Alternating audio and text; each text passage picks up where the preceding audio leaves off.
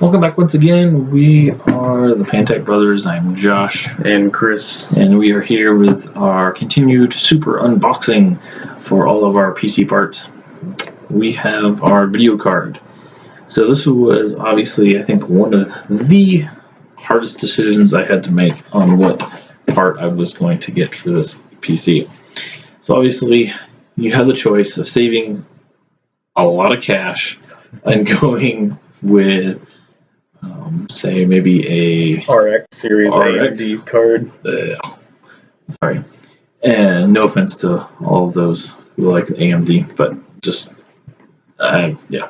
Anyway, so you can go with the 1060, 1070, 1080, 1080 Ti, and all the variants in between. Yeah, yeah, because every single manufacturer has slight difference of coolers.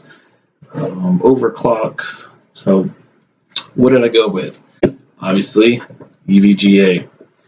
This is a GTX 1080 FTW gaming variant. So this is a two cooler. I'll go ahead and open it up.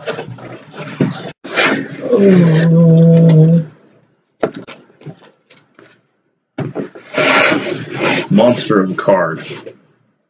So I will let you know right off the bat, there was a sale, I guess if you call it a sale, from EVGA directly on refurbed cards from them, straight from their website. And at the time, I had been doing price comparisons, and I couldn't find anything on this card for less than close to $470, I think it is. And this was refurbed from EVGA for $409, so literally just over $400. Obviously comes with their refurbed warranty, but a warranty nonetheless. It looks brand new to me. Yeah, it looks brand new. I don't think you could really tell the difference. Let me turn it around.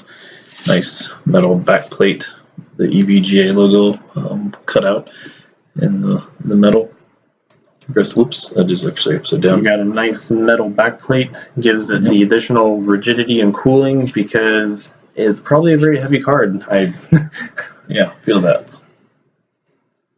Yep. Yeah. It's a good size, and it looks like it's an extended height. So there's an additional maybe almost inch in height above the PCI bracket card. So you got to make sure that your case will actually have the height, depending on what case you have, will be able to fit it. So this comes with a DVI-D, HDMI, and 3 DisplayPort adapters. And this is obviously was Nvidia's flagship card for a good bit before they released the Ti version. So this is fully 4K and VR ready, obviously. It should be able to handle 4K resolution, no problem. It's a beautiful card, that's for sure. You can SLI this. It's got the tabs at the connectors at the top. It has 2 8-pin PCIe for power. No wonder. This is probably, while this is the latest architecture, there's no getting around a card this powerful is going to need power. And that's one reason, obviously, I went with the 750 watt power supply over something, say, maybe 550 or even 650 of just future-proofing, possibly as well. I would probably move up to maybe closer to 1,000 if you were going to do SLI of 2 of these. But for now, this will do nicely. So what made me go with this over, say, the 1060 or the 1070? Well, the 1060, right off the bat, is kind of like the low-end, no way, shape, or form was meant for 4K. Why does that matter? Because at the present moment, I'm going to be hooking this up to my Sony 65-inch 4K TV. So I wanted to be able to output 4K resolution on games for sure. Good quality nonetheless. Yes, because for every review and every specs that I saw, the 1060 would choke out at maybe 20-25 FPS in games, and that's not at max details either. That's not really playable either. Nonetheless. No, 30 in my opinion is the bare minimum for playability. 60 obviously is much preferred or higher.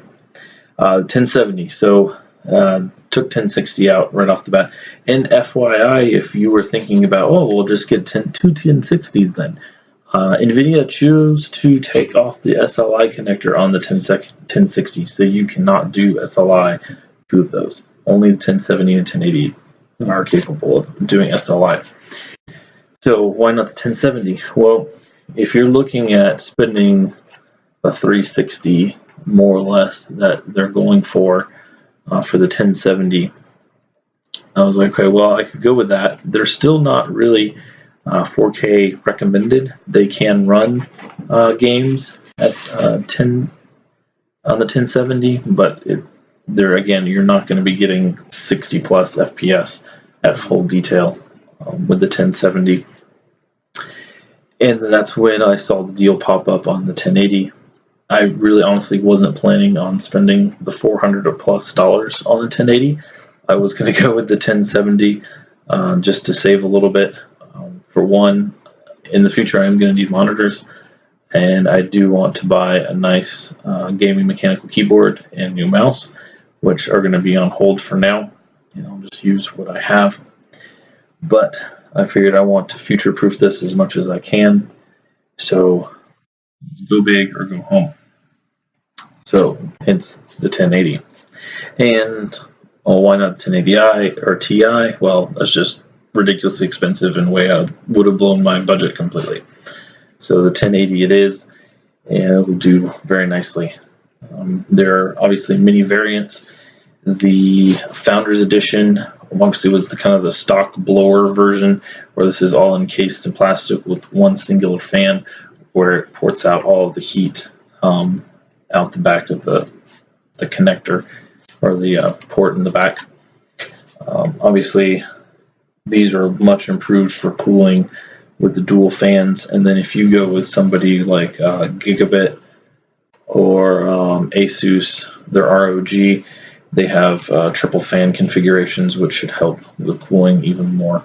Yeah, so you got the two fans, of course. Think maybe about 100 mil or 80 mil maybe, and then you have these huge heat sinks around on the whole length of the card, and these huge heat pipes that are going through the length of it.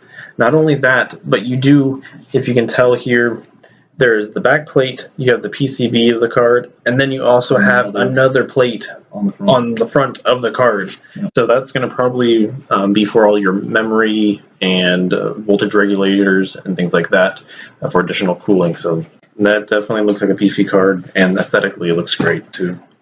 Ideally, in the future, I'd like to put this on a all-in-one water cooler as well, like the CPU, so it'd be nice and quiet in the case.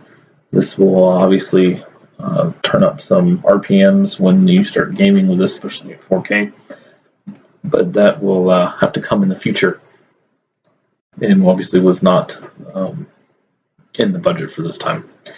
But anyway, so that is the EVGA GeForce GTX 1080 FTW version.